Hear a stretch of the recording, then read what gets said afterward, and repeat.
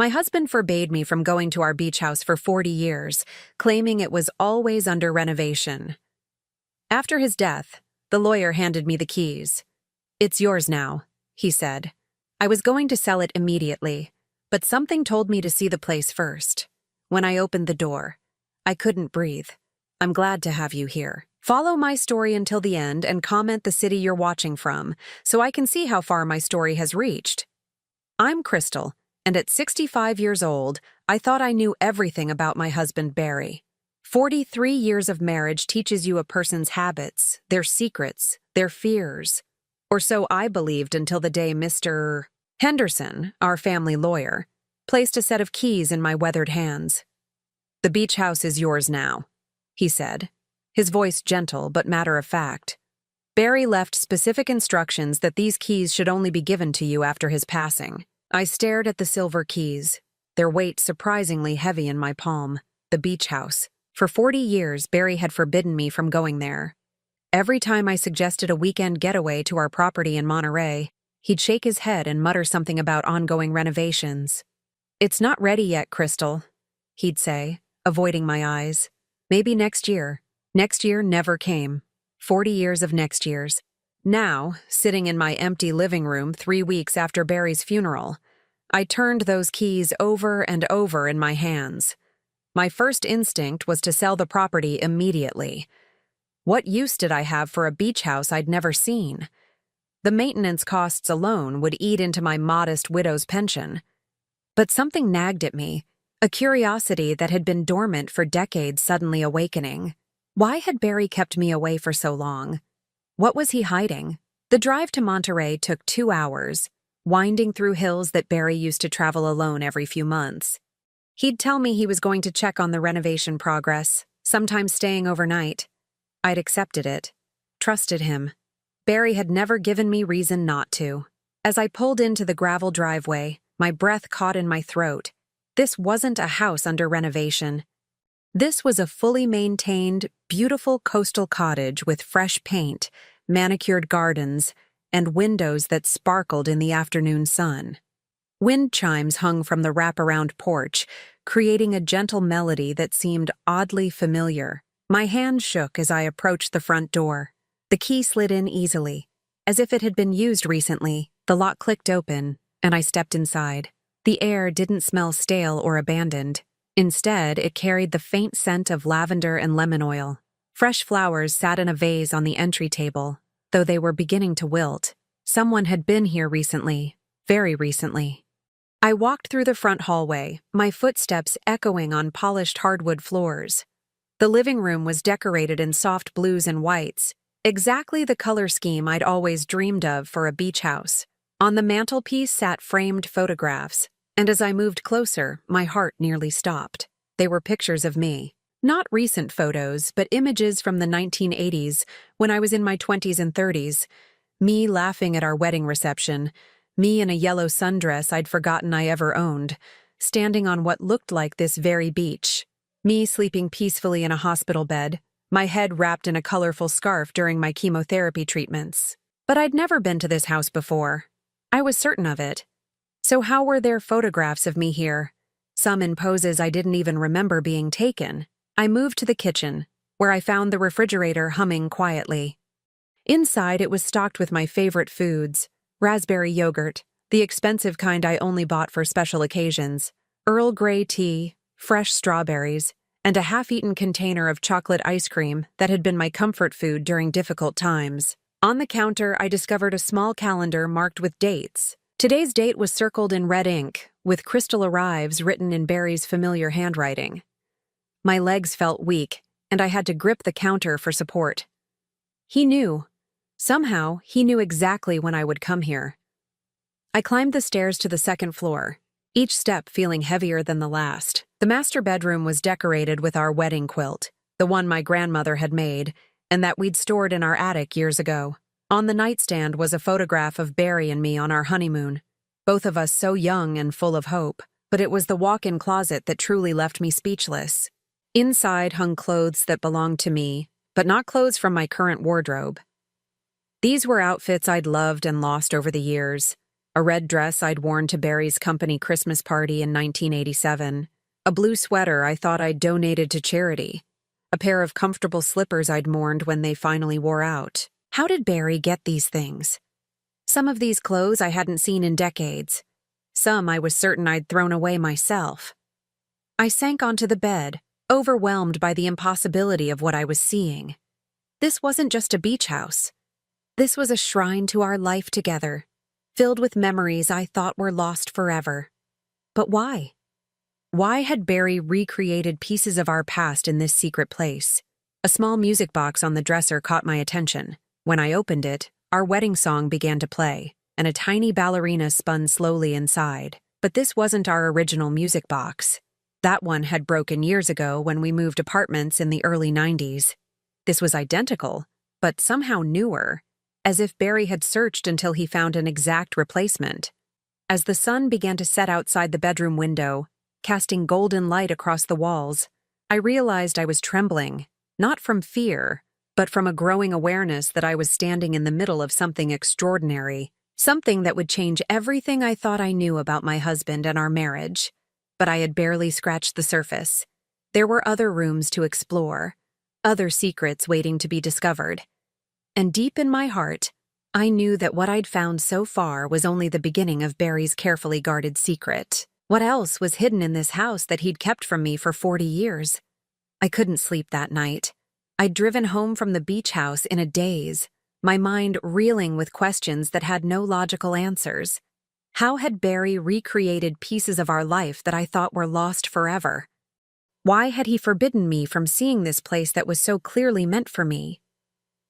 The next morning, I called in sick to my part-time job at the library and drove back to Monterey. I had to understand what I'd stumbled into. This time, I explored more systematically, starting with the rooms I'd missed the day before. The guest bathroom contained every skincare product I'd ever mentioned wanting to try, all arranged neatly on glass shelves.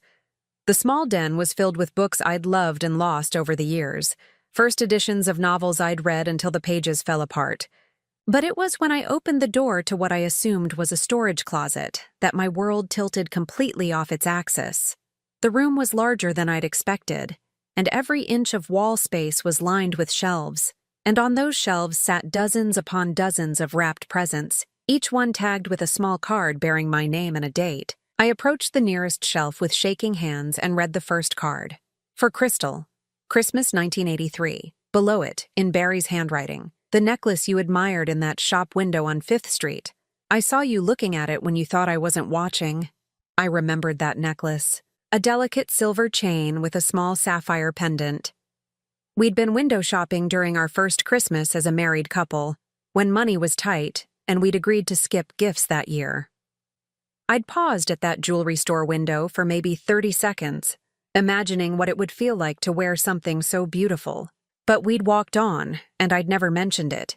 Yet here was a present, wrapped in faded Christmas paper, waiting for me to open it 40 years later. I moved to the next gift. For Crystal, your 35th birthday. The card continued.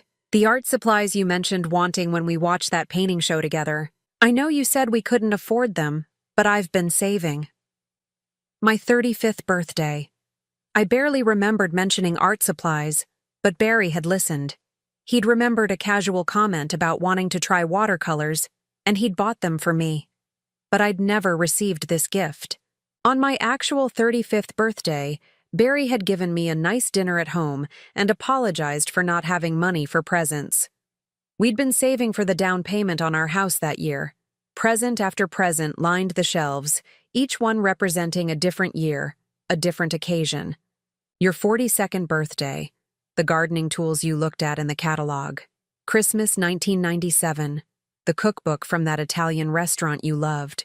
Our 20th anniversary, a trip to Paris, like you mentioned in your sleep, a trip to Paris. I found the envelope and opened it with trembling fingers. Inside were 2 plane tickets dated 20 years ago, along with hotel reservations and a detailed itinerary written in Barry's careful handwriting. Places I'd dreamed of seeing, restaurants I'd mentioned wanting to try. He'd planned an entire European vacation for our anniversary, complete and ready to go, but we'd never taken that trip. That year, Barry's mother had fallen ill, and we'd spent our anniversary weekend at the hospital instead. I'd told him it didn't matter. That family came first. I'd meant it too. But Barry had already bought the tickets, already made the plans, and he'd never told me. I sank into a chair that Barry had placed in the center of the room, surrounded by decades of unopened gifts. Each present represented not just a material item, but a moment when Barry had seen me, really seen me, and noticed something I wanted or needed. Times when I thought he was distracted by work or life's pressures, he'd been watching, listening, planning. But why had he never given them to me? Why had he kept them here, in this secret room, letting me believe that he'd forgotten my birthdays, or that money was too tight for gifts? I picked up one of the larger boxes, dated from just 2 years ago. For Crystal, because you deserve beautiful things every day.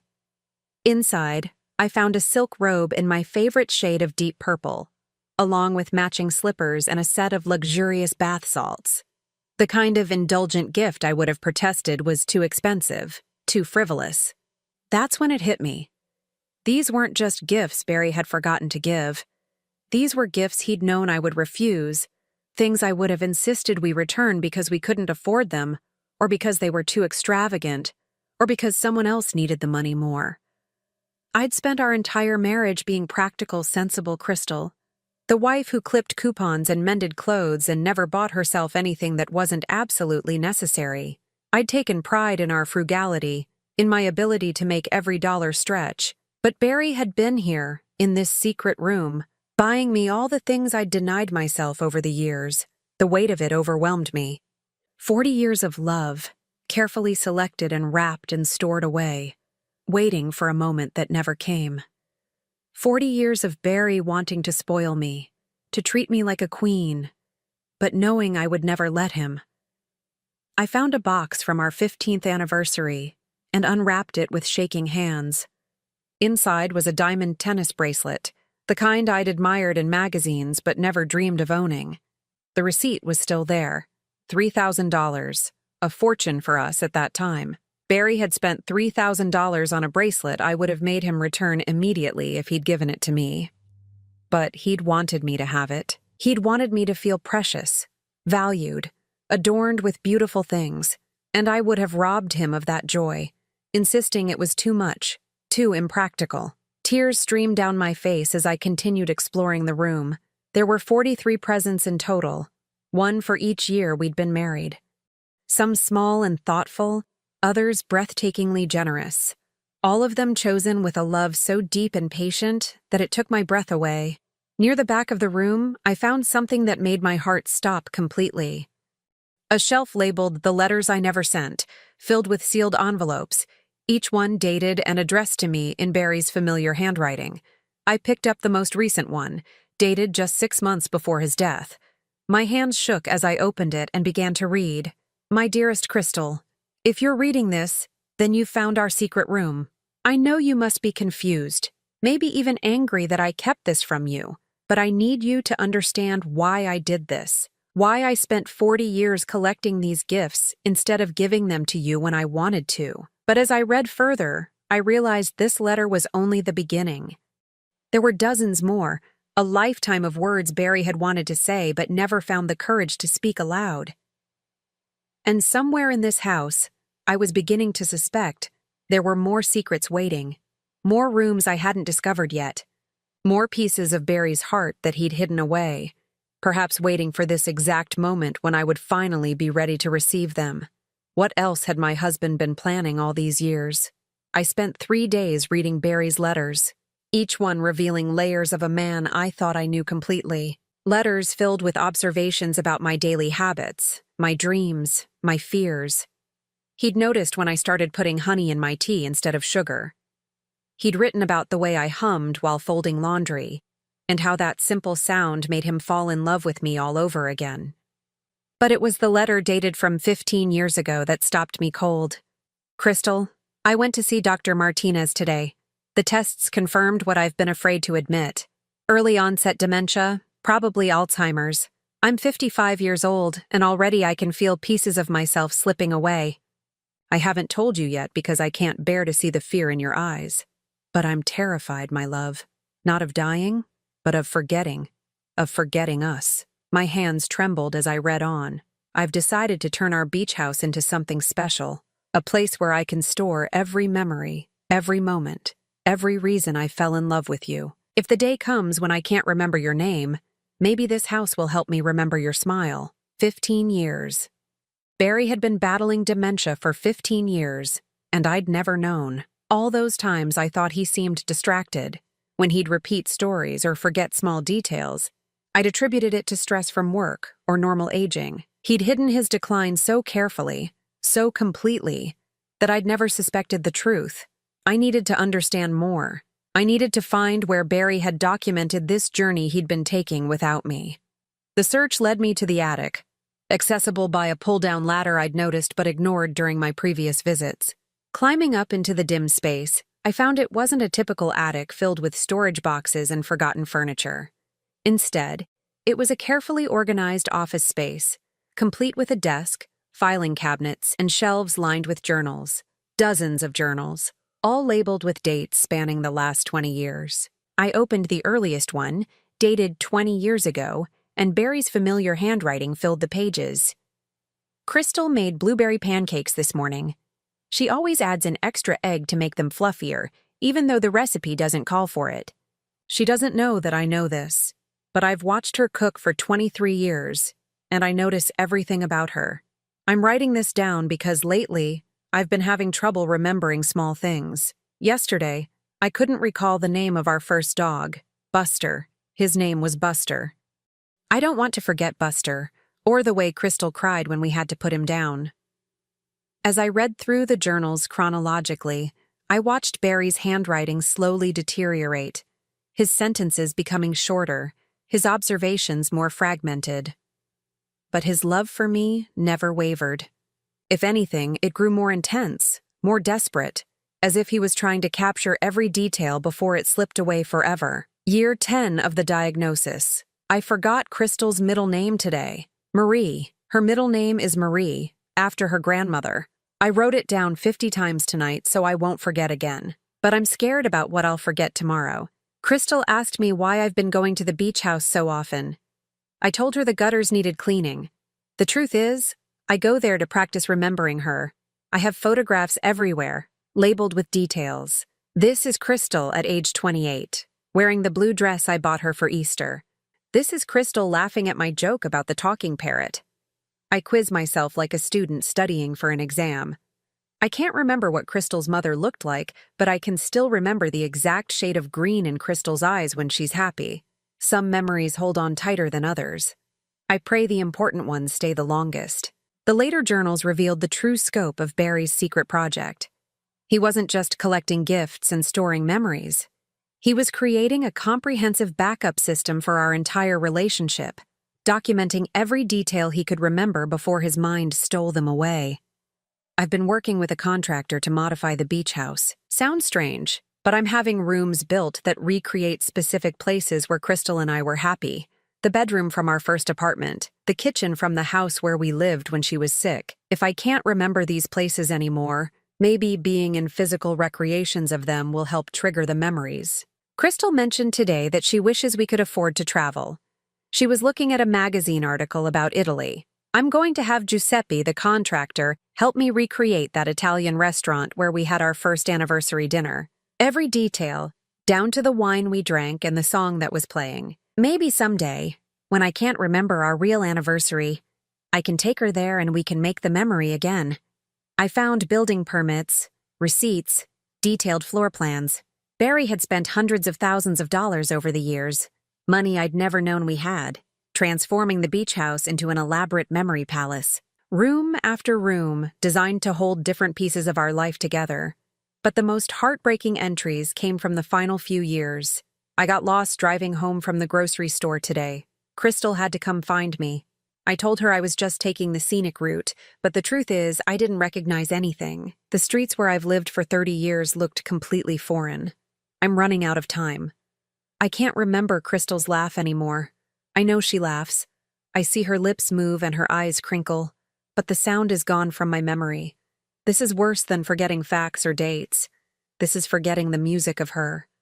Doctor Martinez says I have maybe 2 more years before the decline becomes impossible to hide.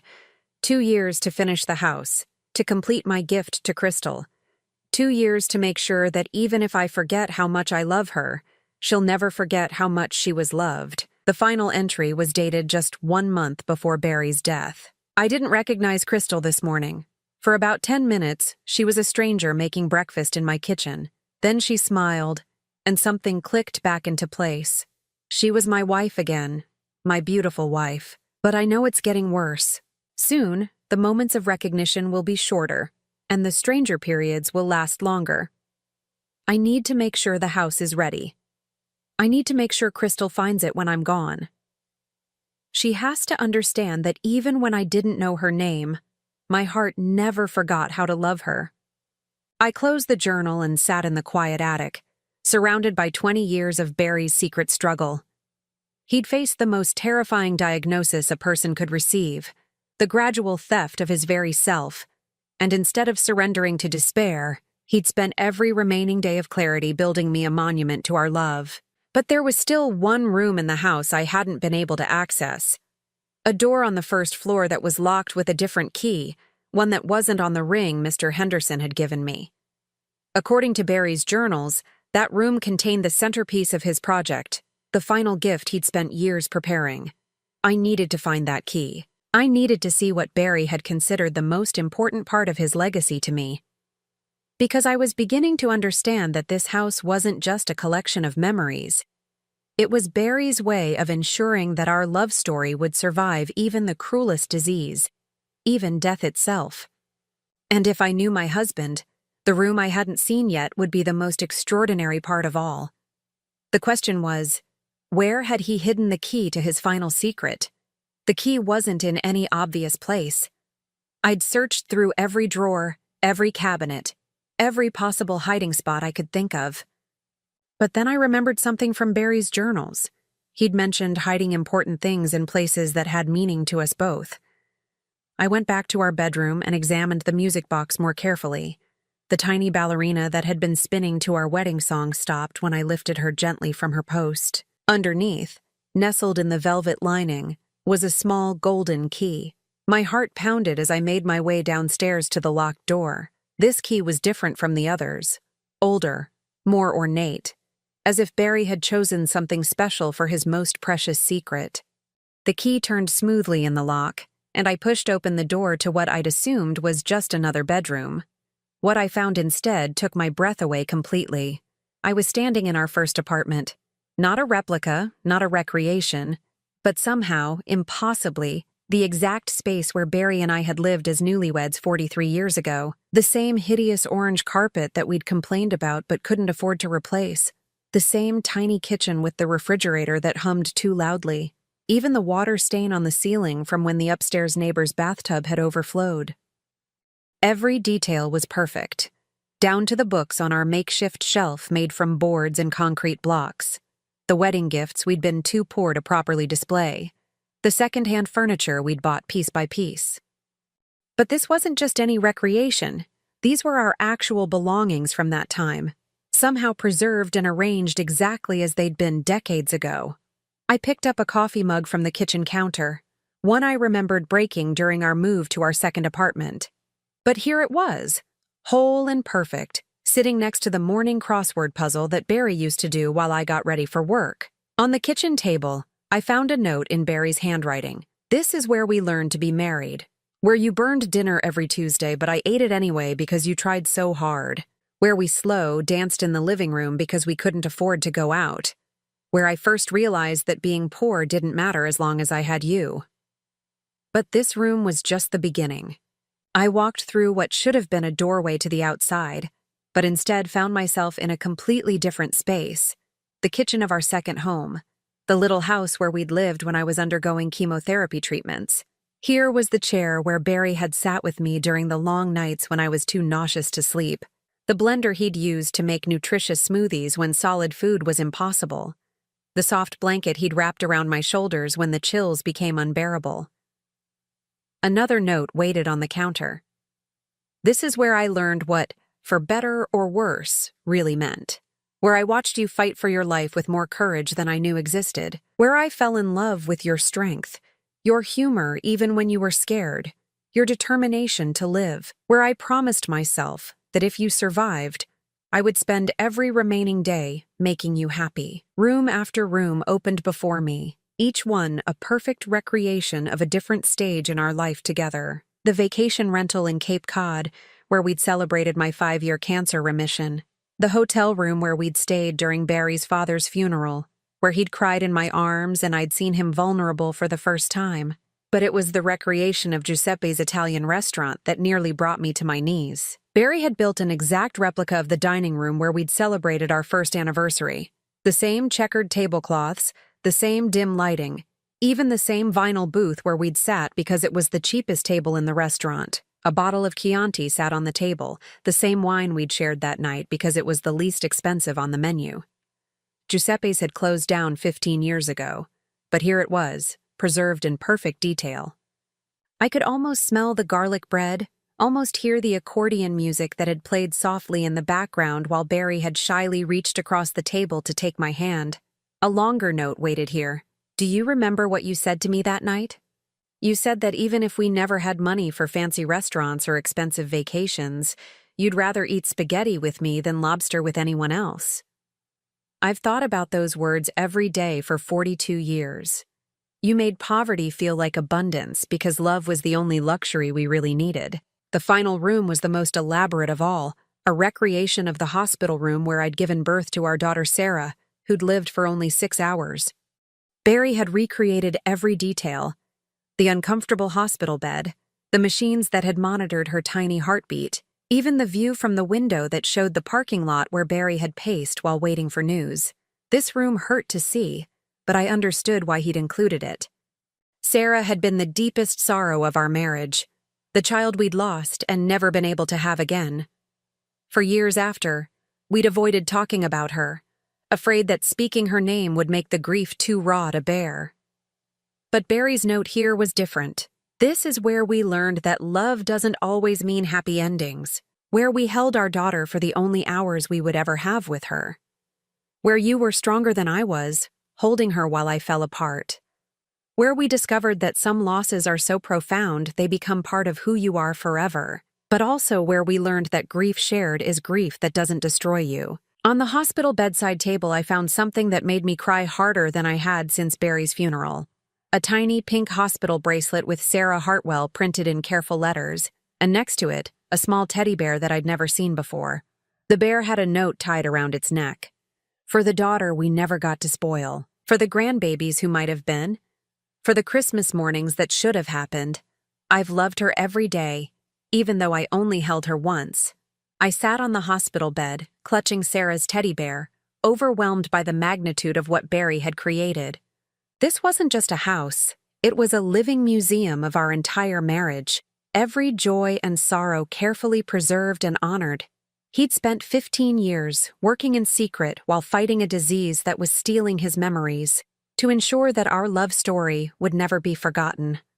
Every room was a testament to a different lesson our marriage had taught him, a different way that love had shaped and changed him. But I still didn't understand the full scope of his plan. Why had he built this place? What was he hoping would happen when I found it? The answer, I realized, might be in the final thing I hadn't yet discovered. Whatever Barry had planned for me to do with this extraordinary gift. Because knowing my husband, even in death, he wasn't just giving me memories. He was giving me a choice about how to spend the rest of my life. And that choice, I suspected, would be the most important decision I'd ever have to make. I spent the night in the house, sleeping in the recreated bedroom from our first apartment, surrounded by the ghosts of who Barry and I used to be. When I woke up, sunlight was streaming through the same curtains we'd hung as newlyweds, and for a moment, I felt 22 again, hearing Barry humming in the kitchen as he made coffee. But Barry was gone, and I was 65 years old, trying to understand the gift he'd left behind. I found the final piece of his puzzle in the room I'd overlooked, a small study tucked behind the recreation of Giuseppe's restaurant. Inside, an antique writing desk sat beneath a window overlooking the ocean, and on its surface was a leather-bound journal I hadn't seen before. This one was different from the others. Instead of documenting his daily memories or his struggles with dementia, this journal was filled with letters, dozens of them, all addressed to me, all written during his final months when he knew his time was running out. I opened to the first page and began to read. My dearest Crystal, if you're reading this, then you've discovered our secret house and all the rooms I built for us. I hope you understand now why I kept this from you for so long. It wasn't because I didn't trust you or because I wanted to hurt you. It was because I needed time to finish it, to make it perfect, before I could no longer remember why it mattered. The letter continued. You're probably wondering what I expect you to do with this place. The truth is, I built it for both of us, but mostly for you. You see, I've been planning something for after I'm gone. Something that I hope will give the rest of your life the meaning and joy that I always wanted to provide but never quite knew how. My hands shook as I turned the page. I know you, Crystal. I know that after I die, you'll want to sell our house, get rid of my things, maybe move to some small apartment where you can live quietly and economically like you always have. You'll think that's what you should do, what's practical and sensible. But I'm hoping this house will change your mind about what the rest of your life could look like. I read on, my heart racing. I've left instructions with Mr. Henderson about the finances.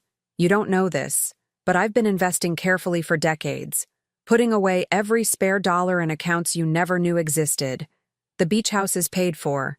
The maintenance is covered by a trust fund that will last longer than you will. And there's more. Enough money to ensure that you never have to worry about being practical or sensible again. The revelation hit me like a physical blow. We'd never been as poor as I'd thought. Barry had been secretly building wealth while I clipped coupons and mended clothes and denied myself every small luxury. I know you're probably angry about the money, wondering why I let you sacrifice so much when we could have afforded more. The truth is, I tried to spoil you 1,000 times over the years. But you always insisted we save for emergencies, always put practicality before pleasure. So, I saved the money for the biggest emergency of all, my death and your life after it. I found detailed financial statements tucked into the journal. Barry had accumulated over $800,000 in various investment accounts, money I'd never known existed. Combined with his life insurance and the value of our properties, I was actually quite wealthy. But the money wasn't the real gift. The real gift was explained in his next letter. Crystal, I want you to live in this house. Not just visit it, but actually live here, surrounded by all the memories we created together. Each room is designed to help you remember not just our past, but who you really are underneath all the years of being sensible and practical. But more than that, I want you to invite other people to share this place with you. Do you remember Mrs. Patterson from down the street, whose husband died last year? And Janet from the library, who's been alone since her divorce? And Susan Martinez, Dr. Martinez's wife, who's been struggling since her children moved away? I did remember them. Women like me, widowed or alone, trying to figure out how to rebuild their lives after loss. I want you to invite them here, Crystal. Not for visits, but to live here with you. This house is big enough for several people, and there's enough money to support whoever needs a home. You could create a family of choice, women who understand loss and loneliness, who could help each other heal. The idea was extraordinary, and so typically Barry. He'd always been the one to invite the lonely neighbor for dinner, to offer help to anyone who needed it. Even in death, he was trying to take care of people. I know it sounds strange, maybe even impossible. But think about it, Crystal. You've spent 43 years taking care of me, putting my needs first, being the wife who made everything work. Now you have a chance to discover who you are when you're not trying to be anyone's caretaker. And maybe, surrounded by women who could become true friends, you'll finally let yourself be taken care of for once. I found more letters, each one outlining a different aspect of Barry's vision. He'd researched local organizations that helped widowed women, support groups for people dealing with loss, community centers that offered programs for seniors. He'd created a roadmap for how I could transform the beach house into something more than just a memorial. I could make it a healing place for others who needed what I needed. I've watched you your whole life, putting everyone else first, never asking for what you wanted, never believing you deserved beautiful things or extraordinary experiences. This house is my way of giving you permission to want more, to ask for more, to believe that you deserve a life full of joy and beauty and friendship. But it was his final letter that brought me to tears. Crystal, I know you think that your life is winding down, that the best parts are behind you now that I'm gone. But I need you to understand something. You're only 65 years old. If you're lucky, you have 20 or even 30 years ahead of you. 20 years is longer than the time we spent in our first 3 homes combined. It's long enough to have an entirely new life, new adventures, new relationships that could be just as meaningful as what we had together. I'm not asking you to forget me or stop loving me. I'm asking you to love yourself enough to embrace the possibility that there are still wonderful chapters in your story waiting to be written. And maybe if you fill this house with women who need healing and friendship, you'll discover that the most beautiful parts of your life are still ahead of you. The letter concluded with specific instructions. Barry had already contacted several women he thought might benefit from what he called the beach house family. He'd researched the legal requirements for creating a communal living arrangement. He'd even consulted with social workers about how to make it successful. Everything was planned, organized, ready to implement. All I had to do was decide whether I was brave enough to try something completely different at 65 years old. I sat at Barry's desk as the sun set over the ocean, surrounded by the evidence of his extraordinary love and his impossible dream. He'd spent the last 15 years of his life creating not just a memorial to our marriage, but a blueprint for my future happiness. The question was, did I have the courage to follow his plan?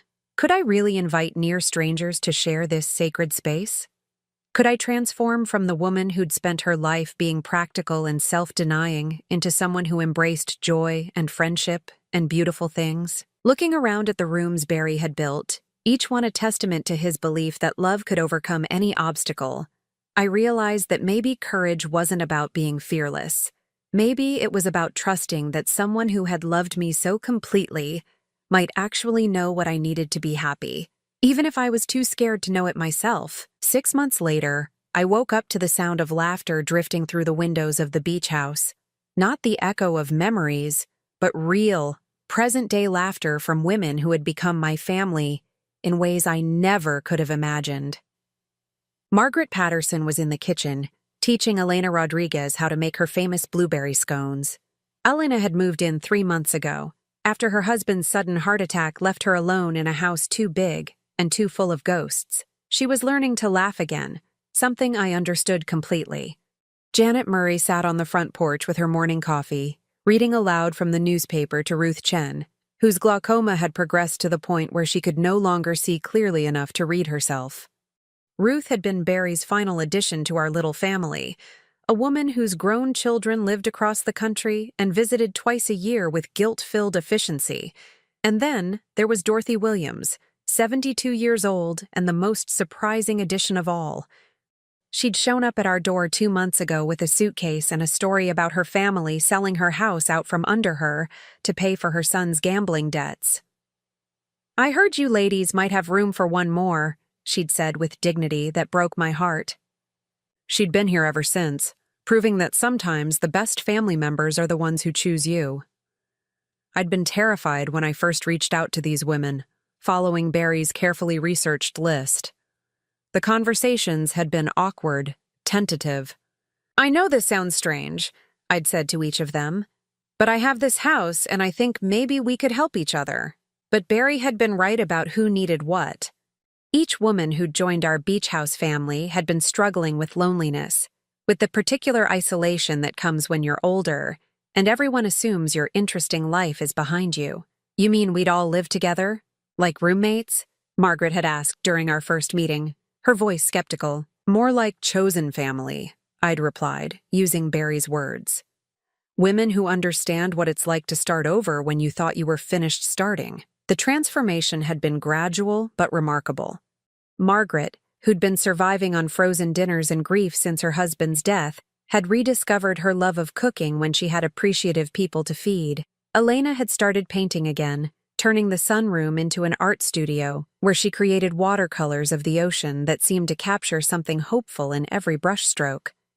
Janet had begun writing again, working on the novel she'd abandoned 20 years ago when life got in the way.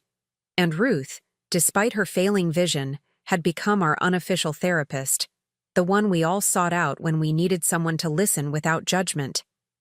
As for Dorothy, she'd surprised us all by revealing a talent for gardening that had transformed Barry's carefully maintained yard into something spectacular. "Plants don't care how old you are," she'd said, hands deep in the soil as she coaxed roses to bloom more brilliantly than they had in years. "They just want someone to pay attention to them." I'd worried that living with others would feel like an invasion of the sacred space Barry had created. Instead, I'd discovered that the house seemed to come alive with multiple people appreciating it. The recreated rooms weren't shrines anymore. They were starting points for new memories. Margaret and I had spent a wonderful evening in the recreation of Giuseppe's restaurant, sharing a bottle of wine and talking about our first marriages, comparing notes on what we'd learned about love over the decades.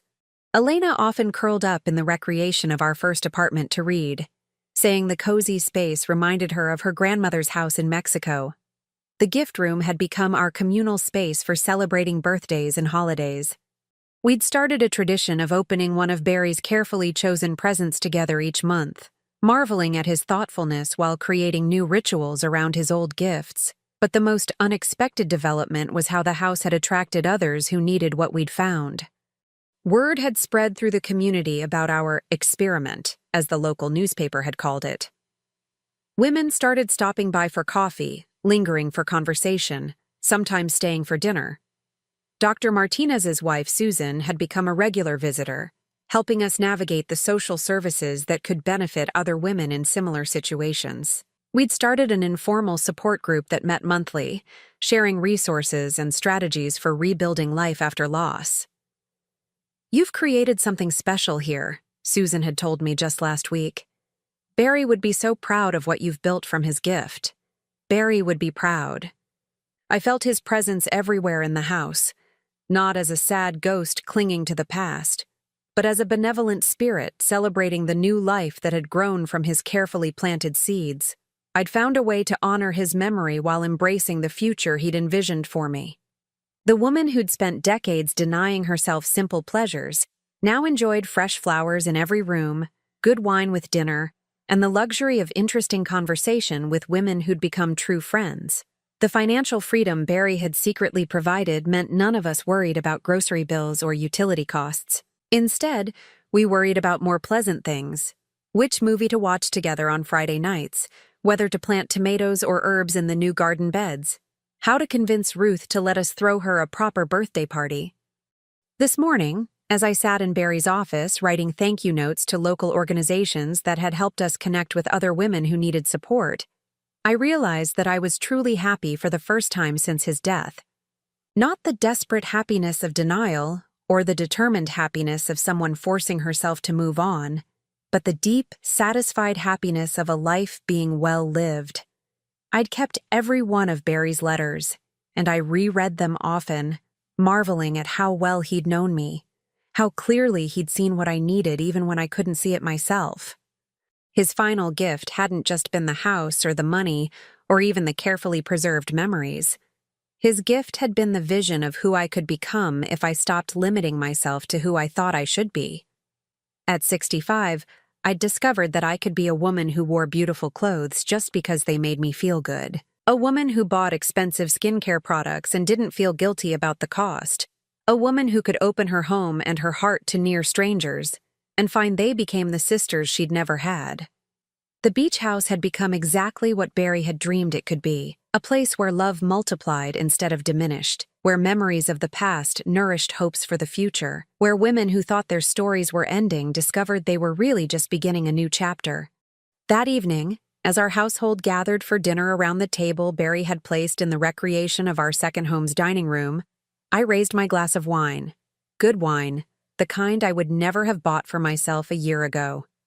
To Barry, I said, as I did every evening, who knew that the best way to say goodbye was to teach us how to say hello? The women around the table raised their glasses, these remarkable friends who'd become my chosen family. Outside, the ocean stretched endlessly toward the horizon, and inside, the house that love built continued to work its quiet magic, proving that some gifts are so powerful they can transform not just one life, but many. Barry had been right about everything. I'd had 20 or 30 good years ahead of me, but more importantly, he'd been right that I deserved to fill those years with joy, friendship, and the kind of love that multiplies when it's shared. The house would stand for generations, a testament to what's possible when someone loves you enough to see your potential even when you can't see it yourself. And every woman who found refuge within its walls would carry that lesson forward, learning to love herself enough to embrace the beautiful, surprising possibilities that life offers to those brave enough to say yes, even at 65, even after loss. Even when you think your story is over, love has a way of proving that the best chapters might still be waiting to be written. Now I'm curious about you who listened to my story. What would you do if you were in my place? Have you ever been through something similar? Comment below, and meanwhile, I'm leaving on the final screen 2 other stories that are channel favorites, and they will definitely surprise you. Thank you for watching until here.